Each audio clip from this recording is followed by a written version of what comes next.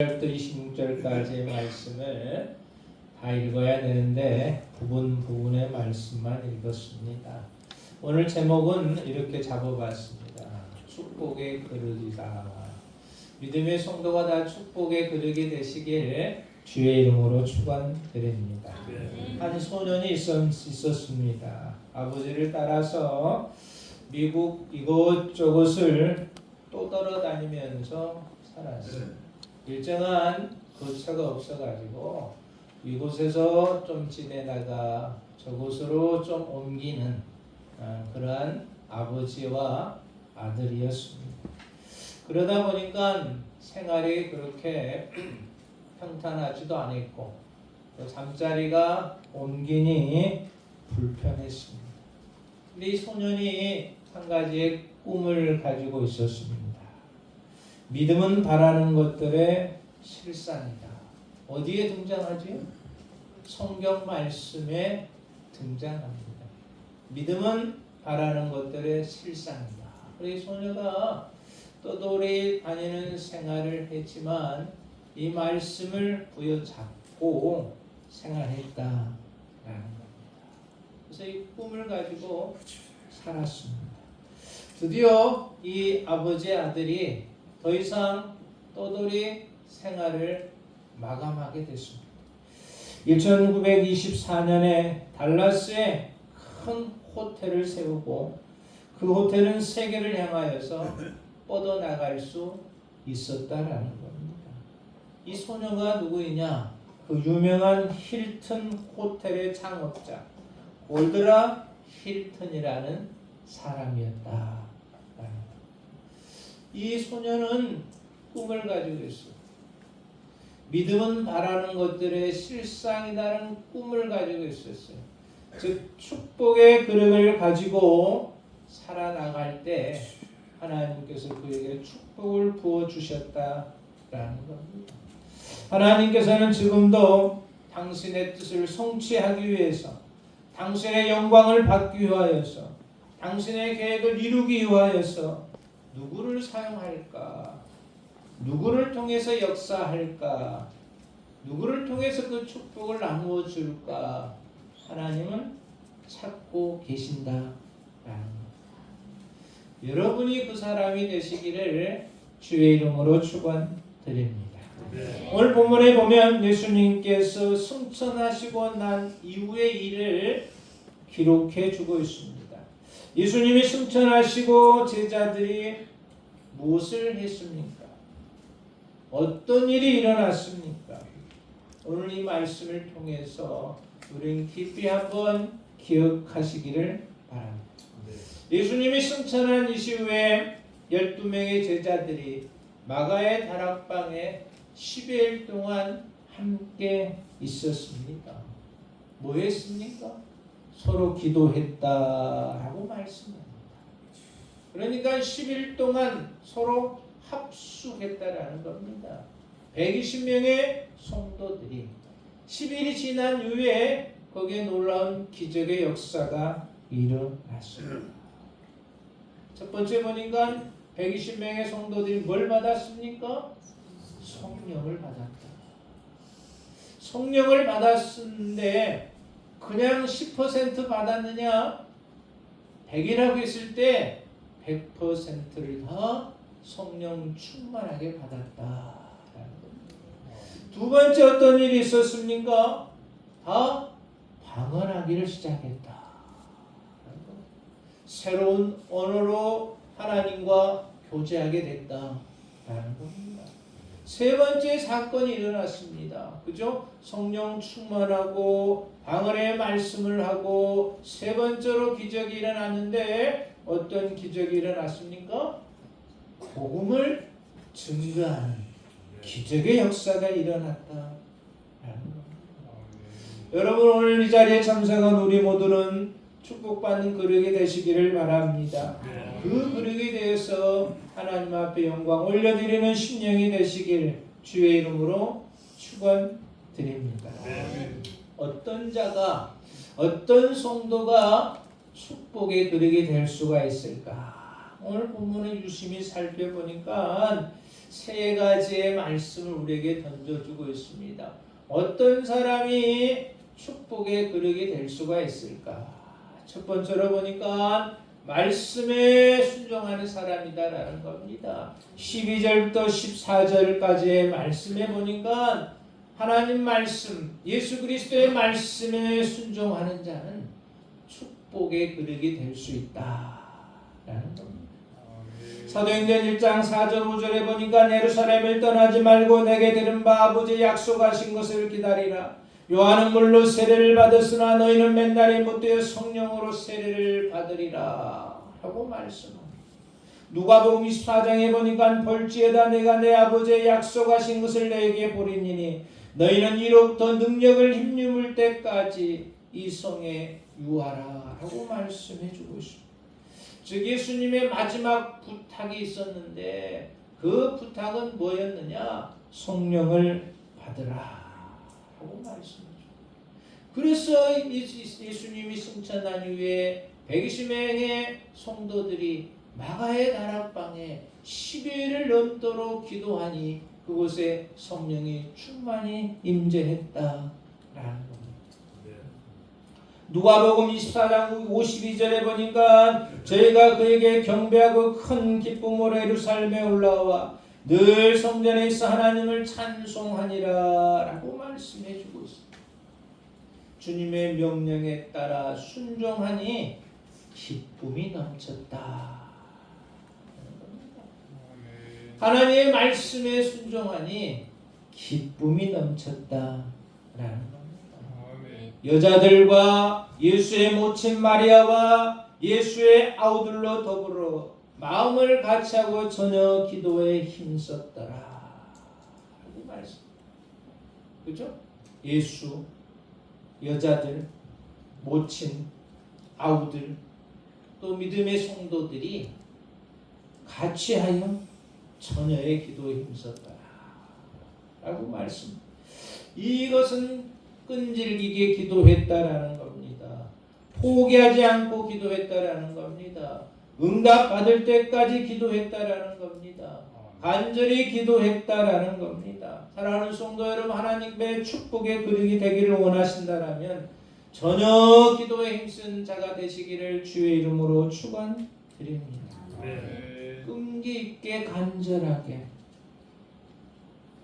끝까지 기도하는 자는 하나님은 응답해 주신다. 시편 40편 1절에 보니까 이런 말씀이 있습니다. 내가 여호와를 기다리고 기다렸더니 귀를 기울이사 나의 부르짖음을 들으셨도다. 다윗이 말하고 있습니다. 기다리고 기다렸더니 부르짖고 부르짖더니 하나님께서 응답해 주셨다. 하나님 앞에 기도하고 응답받기 위해서는 기다리는 마음도 있어야 된다라는 겁니다. 믿음을 가지고 기다리고 응답될 때까지 기다리고 역사할 때까지 기다려야 된다라는 거죠. 중간에 포기하고 좌절하면 이루어질 수가 없다라는 겁니다. 120명의 성도들은 기다리고 기다렸습니다. 응답받고 응답받았다라는 겁니다. 강상철이라는 집사님의 간증입니다. 이 사람은 제주도에서 태어났습니다. 그래서 신앙생활하다가 직분을 받았습니다. 근데 옛날 일을 생각해 보니까 중학교 때까지는 정말로 문제아였다라는 겁니다. 근데 고등학교에 진학해가지고 그 고등학교가 미션스쿨 기독교 학교였나 봐요. 그래서 그 고등학교에 진학하고 나가지고 이 강성철이라는 사람이 신앙을 갖게 되었어. 점점점 믿음이 싹이 트게 되었습니다.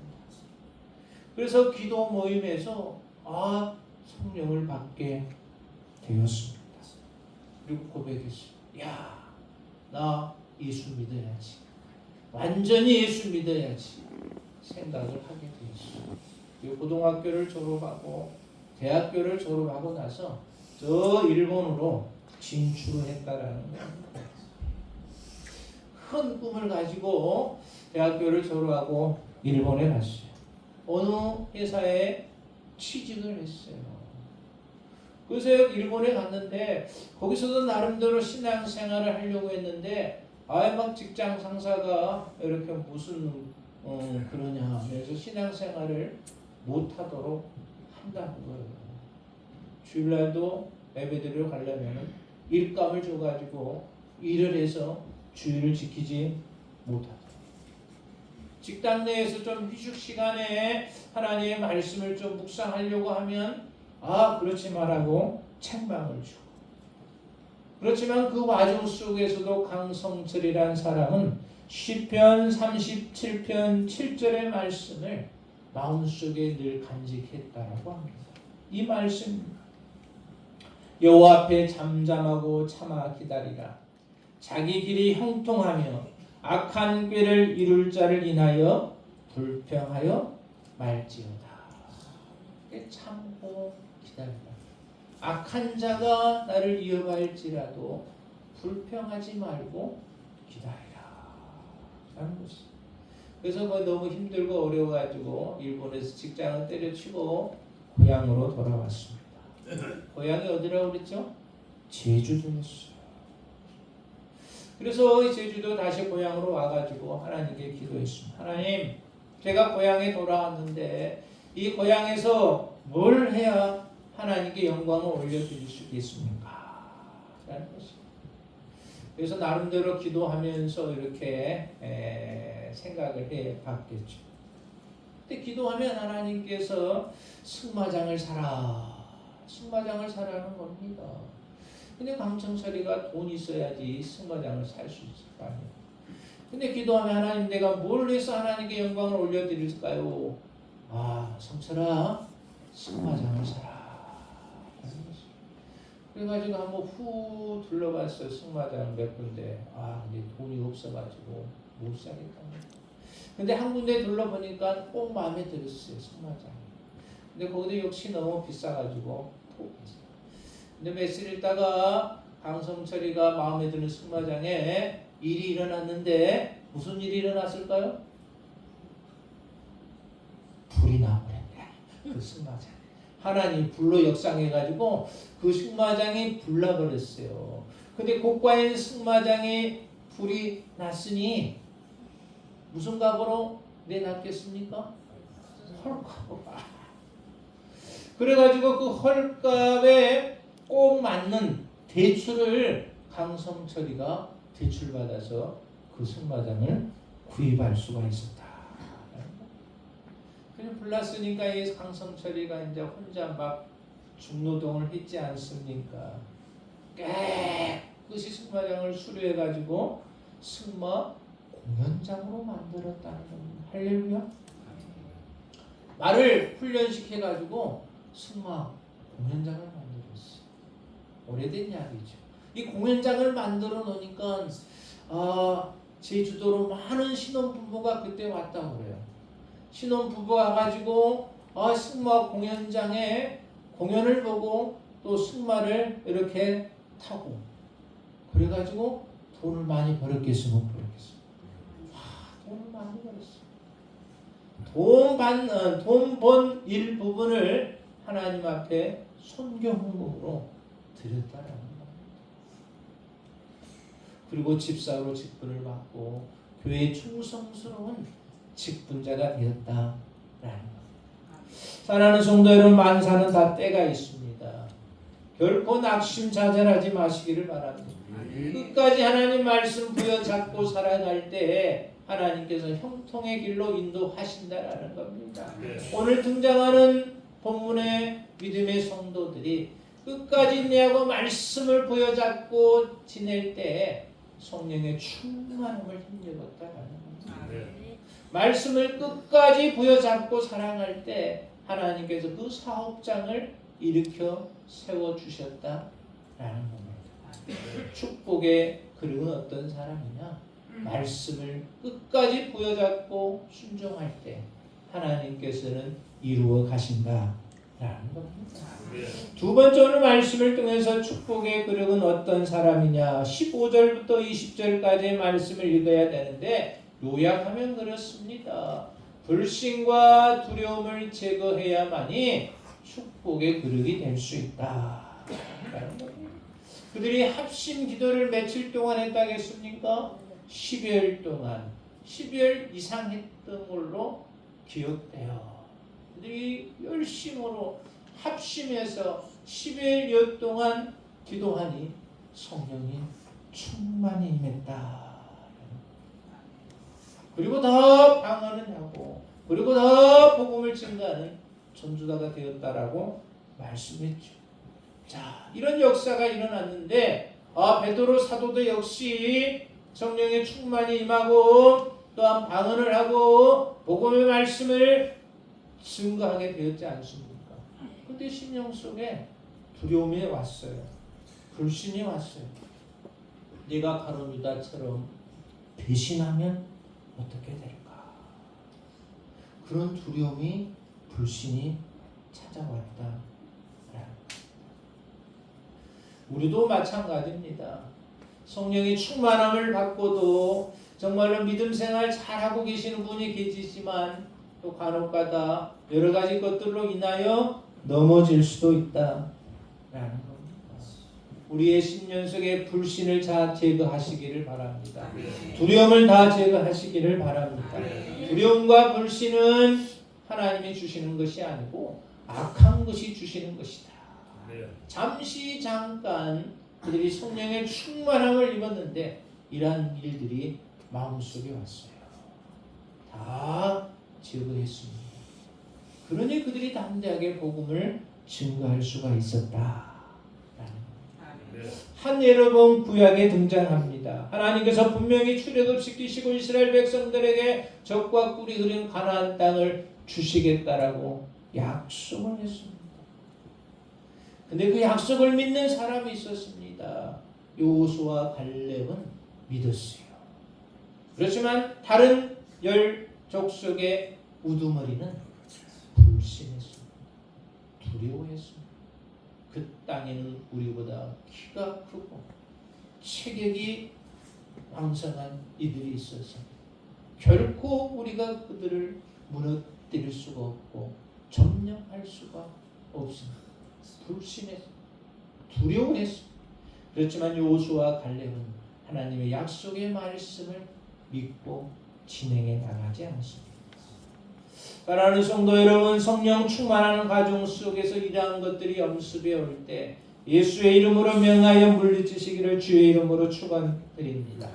민수기 13장 31절에 보니까 그와 함께 올라가던 사람들은 가로되 우리는 능히 올라가서 백성을 치지 못하리라. 그들은 우리보다 강하니라. 불신했던 10사람이 그렇게 말했습니다. 우리는 올라가지 못하리라. 우리는 그들에게 지리라라고 말씀했다라는 겁니다. 그렇지만 여호수아와 갈렙은 그렇지 않았습니다. 민수기 13장 30절에 보니까 갈렙이 모세 앞에서 백성들을 안돈시켜 가로되 우리가 곧 올라가서 그 땅을 차지하자 능히 이기리라 라고 말씀했다. 믿음의 성도는 눈에 보이지 아니해도 하나님의 약속 때문에 전진해 갈 수 있다. 여러분, 하나님의 축복의 그릇은 불신과 두려움을 철저하게 제거하시기를 바랍니다. 하나님의 약속을 믿고 전진해 나가시기를 바랍니다. 그러할 때 하나님께서 축복의 그릇에 넘치는 은혜를 제공해 주신다라는 겁니다. 세 번째 어떤 사람이 축복의 그릇이냐? 21절부터 26절까지의 말씀을 요약하면 그렇습니다. 사명에 대한 열정이 있어야 된다. 사명에 대한 열심이 있어야 된다. 라는 겁니다. 열심이 있을 때 하나님은 축복의 그릇에 축복을 부어주신다. 라는 겁니다. 오늘 보니까 120명의 성도들이 10일 동안 열심히 기도했다라는 겁니다. 열심히 하나님을 찾았다라는 겁니다. 너희가 전심으로 나를 찾고 찾으면 나를 만나리라라고 에레미야 29장에 말씀합니다. 열심히 기도하고 열심히 찾으면 하나님은 만나주시고 응답해 주신다라는 겁니다. 또 베드로전서에 보니까 열심히 뭘 하라고 했냐면 사랑하라 하고 말씀. 무엇보다도 열심으로 서로 사랑하라 하고 말씀합니다. 열심으로 사랑하면 그곳에 하나님의 기적의 역사가 임한다라는 겁니다. 또 로마서에 보니까 열심히 뭐라고 했는가 하면 주를 섬기라 라고 말씀합니다. 이 열심이라는 단어를 보니까 어떤 단어이냐, 물이 끓듯 열정적인 표현이다라고 말씀합니다. 물이 막 끓어오르잖아요. 그래서 이러한 열심을 가지고 할 때에 하나님께서는 그곳에 역사하신다라는 겁니다. 네.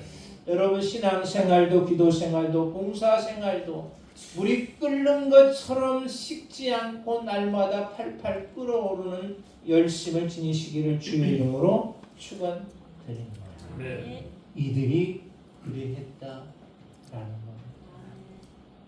열심히 있을 때 하나님께서는 그곳에 기적의 역사가 일어난다라는 겁니다. 네. 자, 오늘 말씀을 정리하면 그렇습니다.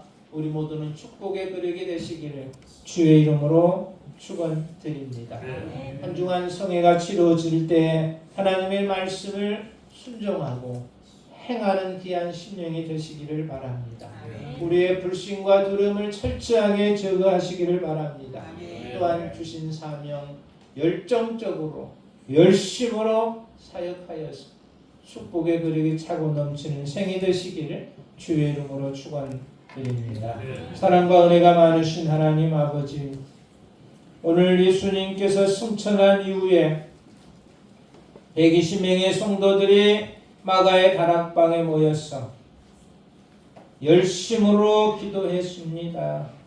전심으로 기도했습니다. 그곳에 성령이 임재했고 또한 모두가 방언했고 또한 모두가 흩어져서 복음의 씨앗을 뿌렸습니다. 이 시간 머리 숙인 믿음의 권속들, 많은 그릇이 있지만 축복의 그릇이 되게 하옵소서. 그 그릇에 하나님께서 부어주시는 놀라운 축복들이 차고 넘치는 생을 살아가는 믿음의 자녀들 다 되게 하옵소서. 예수님의 이름으로 기도하옵나이다. 아멘.